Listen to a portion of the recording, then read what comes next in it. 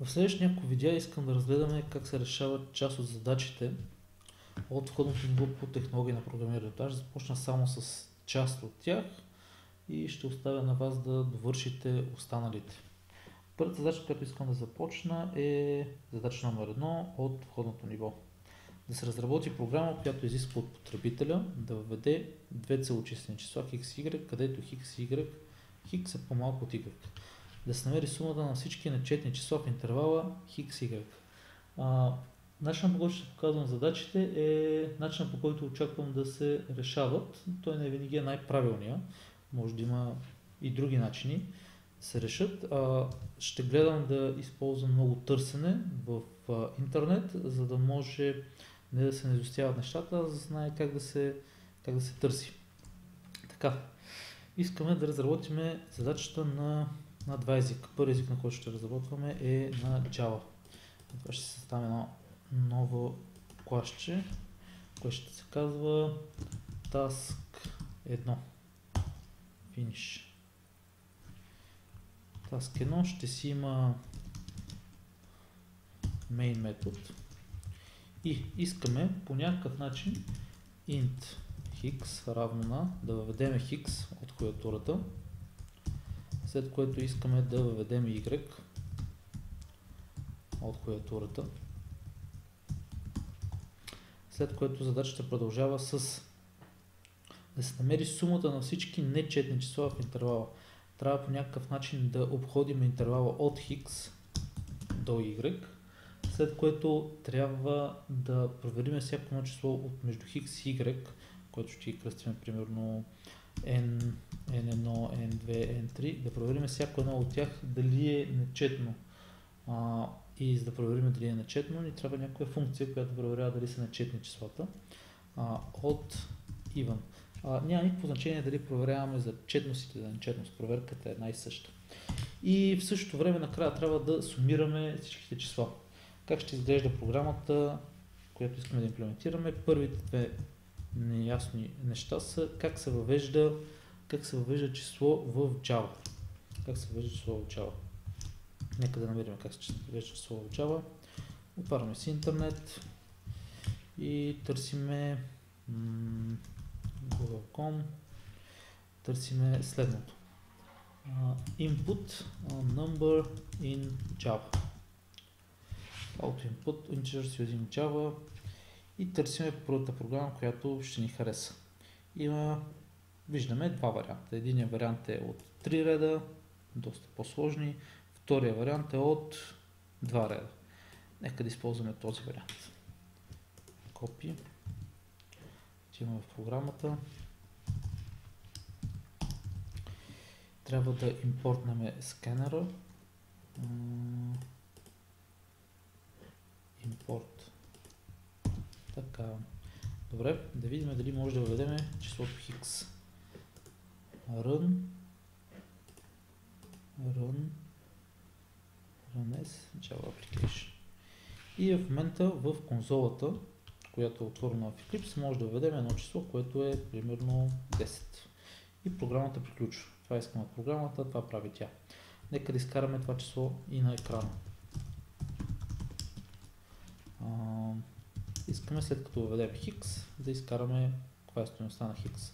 Отново ще го пуснем програмата, въвеждаме 10, програмата изкарва 10. До тук добре. Следващата стъпка е следната. Да въведем не само X, но y. Int равно на scan next int и може да ги изведем. Искаме да изведем X и Y. Въвеждаме числото 10, после 11, накрая програмата изкарва 10 и 11. Добре. Ще махнем ето тази част. След което имаме въвеждането. Сега трябва да имплементираме цикъл. Цикъл, който тръгва от X и върви до Y. И да речем изписва всички числа от X до Y. For int и равно на X и по-малко от Y и плюс плюс изписваме и. Тази програма ще изведе всички числа от X до Y, като Y е изключително, не е включително. Нека да я пуснем. Ctrl F11 използвам директно шорткът, за да я пускам. Въвеждаме 10, после въвеждаме 15 и програмата изписва всички числа от 10 до 15, които са 10, 11, 13 и 14. Така. Следващата част от нашата програма, след като знаем как се въвежда число, знаем и как да направим цикъл между две стойности, искаме да проверим дали дадена стойност е четна или нечетна. Как ще направим това? Да речем, че не знаем как става и искаме да търсим в интернет. Check от even in езика ни е Java. Check whether a number is even or odd. И както може да се видите, има много решения. Искам директно да хвана някой код и да го копирам. Кодът, който искаме да копираме е целочислено деление. Искаме да разделиме стойността на 2 и ако остатъка от делението е 0, то числото е четно. Ако остатъка от делението е единица, то числото е нечетно. Така. Как ще изпишеме само нечетни числа? If и процент 2 равно на 1, тогава изписваме. Кои са нечетните числа? Между 10 и 20. Между 10 и 20 нечетните числа са 11, 13, 15, 17 и 19. Следващата стъпка от програмата е да може да намерим сумата от всички тези числа. Сумата е нещо, което трябва да е извън цикъла. Int sum. В началото сумата е 0. И всеки път, когато намерим нечетно число, няма да го изписваме на екрана, а ще го прибавяме към сумата. Сумата става равна sum плюс i. Така, накрая, когато програмата приключи, това, което искаме да изпишеме, е сумата. Sum. Така, пускаме програмата. Между 10 и 20 сумата на нечетните числа е 75, което е вярно. Така, нека реализираме същата програма на езика Ruby. Същата програма с езика Ruby. Отворя. Така. Искаме да въведем число по същия начин. Искаме да въведем число от клавиатурата, две числа от клавиатурата, след което искаме да направим цикъл между X и Y, от X до Y, след което искаме да намерим дали X е четно-нечетно от even, т.е. не X, а съответно число i, even, след което искаме да намерим сумата. Как ще изглежда тази програма? Тази програма на езика Ruby ще изглежда последния начин. Първо ще запаметя файл, save, файла ще се казва dos,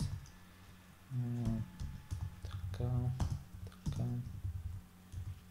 no solutions, файла ще се казва task1.ruby. Task. Така. Нека да го оставя в коментарите. Така. Искаме да въведем две числа от клавиатурата. Как ще въведем две числа от клавиатурата? Търсим в интернет. Нямаме представа. Да речем, че нямаме представа как се случва. Забравили сме. Търсим в интернет. Input integer in Ruby. И проверяваме първия. Някое решение, което ни харесва. Ето, тук има някакво решение, което ни харесва. Имаме функция getS, която след това може да извикаме. Така, нека да пробваме. Hix. Твърдението е, че ето този код по някакъв начин въвежда информация от клавиатурата, след което искаме да изпишеме Hix. Как тази програма да я пуснем? Тази програма се намира ето тук и ще пуснем с Ruby. Task 1 Ruby. Въвеждаме числото 10, изписва се числото 10. Вече знаем как да въвеждаме числа чрез езика Ruby. Отново казвам, може да има и много други начини да го направим, но ние сме се спряли точно на този. Защото беше първият, който намерихме в интернет. Y, отново същия.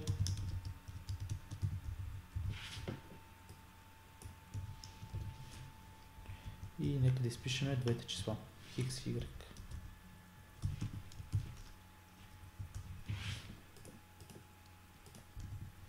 Нещо ми се счупи редактора.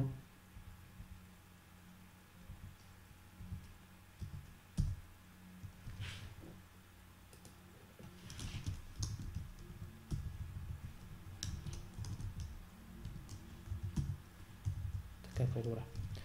Въвеждаме две числа X, Y и след това ги изписваме на екрана.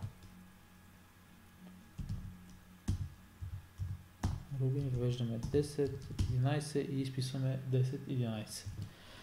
Следващата стъпка да направим цикъл между две стойности. Между X и Y в Ruby може да проверим как става това. Ruby loop between two values.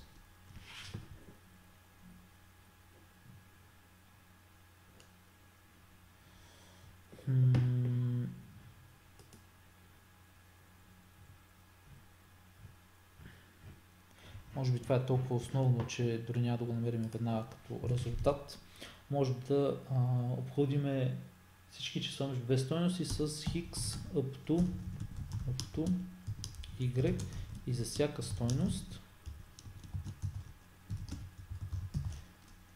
изкараме на екрана. Пускаме си 10 до 15. И изкарваме всички стойности от 10, 11, 12, 13, 14, 15. Сега тук ние не искаме да включваме Y. Y е горна граница, която е изключителна, затова ще цикляме от X до Y-1, за да не се изписва 15 на екрана. Пускаме 10, 15 и изкарваме всички числа между 10 и 15 без 15. Следваща стъпка. Как да проверим дали едно число е четно или не е четно в езика Ruby. Може да има интересен начин. Ruby check even odd.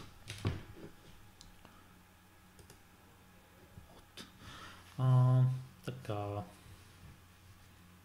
Сега се надявам, че ще мога да кажа на числото.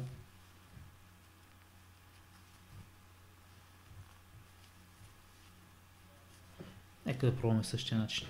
С деление на 2. Няма някой хитър начин, се надявам да видя. Така. Хващаме и проверяваме. If и процент 2 равно 1, значи числото е нечетно и го изкарваме на екрана. Пускаме програмата. 10 до 20, всички нечетни числа от 10 до 20 са 11, 13, 15, 17 и 19. Така. И последната част искаме да сумираме тези числа. Началото сумата ни е 0, след което при всяко намиране на число казваме sum плюс равно на и в крайна сметка изписваме резултата sum. Пускаме програмата. Нечетни числа между 10 и 20, тяхната сума е 75. И двете програми много си приличат, нарочно, за да не отиваме много далеч в начина, по който ги решаваме и да са сравнително близки една до друга.